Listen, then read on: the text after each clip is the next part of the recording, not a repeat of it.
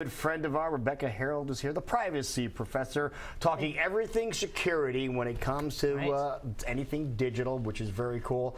And she was the first person, we talked about this over the past week or so, you're the first person I contacted after getting home and getting a very strange message on my answering machine. So much so, based on your advice, I went and met with a government organization here in town, and here is the message. I'm going to play this on my little microphone here. This is what I got at home, folks, when I got home the other day. Hello. We have been trying to reach you.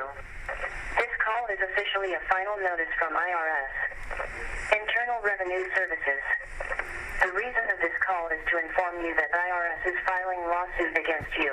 To get more information about this case file, please call immediately on our department number 716. Yeah, and then they go on and give you a phone number as well. Right. And so I contacted the IRS here in Des Moines, which is very cool. You can't get them on the phone. You have to get them on via email. They responded within 40 minutes, had an appointment the next day, went in. They could not have been more helpful. And they gave me a form to fill out, who to contact, and we're going after these people. Good. And that's based on your advice. Thank you so much. Well, thank you. And here's her one bit of advice. The IRS won't do this. They won't call you. They'll never call you. They send, and this is a quote, they will send you love letters. I don't want them to call me. Via email or no, regular mail. Right. And if it's serious enough, it'll be registered. So you know, exactly. Keep that in mind too. Well, and another thing, you notice right away, you had not heard from them before, right? No. And right away they're saying, we're going to file a lawsuit against you. Gets your attention. It gets your attention, and it makes you scared because it's like, uh-oh, the federal government is going to sue me. What am I going to do? So that's what the scammers use to try to trick you into getting to them. And then also they gave you a phone number, and so looking up the area code for that phone number, it was in like somewhere in New York, Buffalo or something like that. So you got to think about, well, where is the IRS located, and are they going to be calling you from Buffalo and someplace close to the Niagara Falls or something? Yeah, so don't fall for that. Exactly. And report it. If you do get it, please report it to them. They want you guys to report as many times as possible so we can get these people. Right, and they have out on their website, if you go to irs.gov, why they actually have a phone number and a form that you can fill out as well. So be careful, because this is tax season, so they're coming more and more often now, and they're going to continue even after the tax deadline, because why? Well, after the deadline, people are thinking, oh, they're looking at my taxes now. So under scrutiny, they think that they're going to call you up to say you did something wrong on your forms. So stay aware, you know, at all times. Okay, that's good there. Now, what else do we have? Well, and also something that we've talked about before are mobile apps and mobile security. And these apps are collecting more and more information and data all the time. In fact, just last week, there was a new study result that was released by Carnegie Mellon, and what they did was they had 23 different folks in this study group, and they looked at what type of data. They had some special tools for them to load on their smartphone, and they looked at how often the apps that were on their phone was sending data out to other people. They found, for example, just one of the people had 10 apps on the smartphone, and those 10 apps sent over a period of 14 days almost 6,000 information points about GPS, just location data. I was going to say, what kind of information is it sending out? So that's location. So what other location, things? it sends out, it depends upon what you gave it permission to do when you loaded it. Your name, it could be sending out photos, pics, it could be sending out, and this happens a lot, your email address or your contact list, because they love to get the contact list. But not only that, it will take things from your phone that aren't associated with the app itself. So if you have some sensitive information stored on your phone, maybe you have your social security number stored on your phone, it could be sending that out. It could be sending out credit card information. Are they linking up with other apps that are on your phone as well? Like maybe you have a bank app where you do your banking online? Well, and that's a great question, because if there's not security on those apps, it will be doing that. So you need to make sure that it has good security, and one of the things that can help you a lot is using encryption on your smartphone.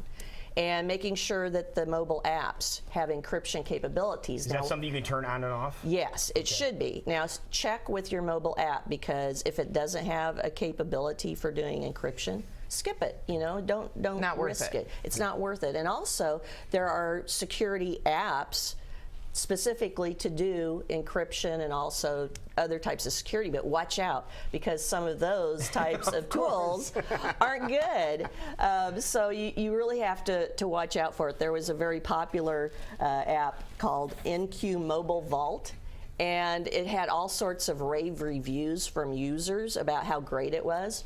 Well, when the security researchers looked at it, it was only using 8K encryption. Now, what that means is it was very weak encryption, meaning it could be cracked very easily.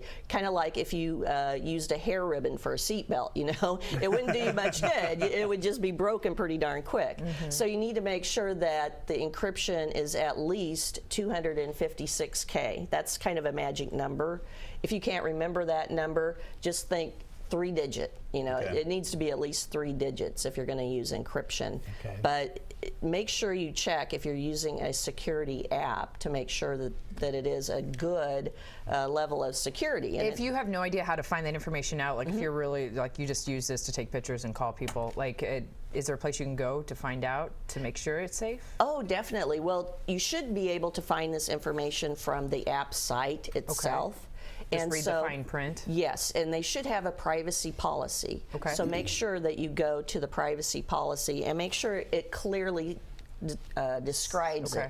If it uses terms that are vague, like we use strong encryption or we use great encryption, and it doesn't give details, then that's kind of a flag that they are trying to hide something. Good to know. And encryption is really great too, of course, for your laptop and your other files that you have out there. I don't know if you saw the headlines yesterday, how they'd broken into the White House. Yes. Well, you know, a lot of that data, they said, well, it wasn't sensitive, but telling where he's going to be at any minute during the day, that's kind of sensitive. Well, and you wouldn't expect them to tell us that it was sensitive. Of course they're going to say it wasn't, you know. Right. Well, yeah, of course. But, you know, when I was watching that, I was thinking, why aren't they encrypting that transmission of the data? Why aren't they encrypting that data in storage? Because that way, if people break into a system or break into a data file where all of this is stored, they wouldn't be able to get to it, because encryption makes it so you can't tell what data is. It scrambles it using a strong algorithm or formula to make sure that it's... All right, we need to tell people how they can find out more information where you're at and how you can give them some assistance too. Yes, here's one of my sites. I have a big question mark there. So if you want to find out more, or if you have a question like when you got your mysterious call,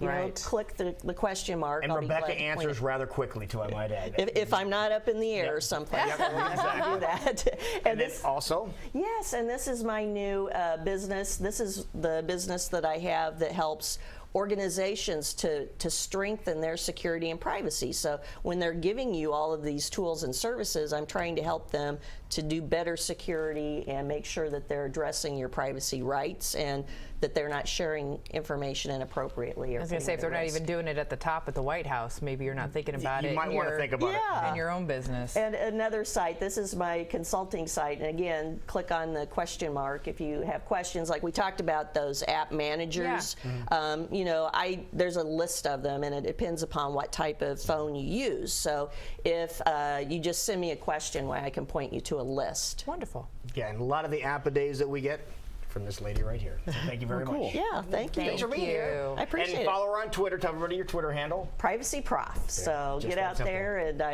I love being on Twitter and sharing information out there. Perfect. It is 8:52.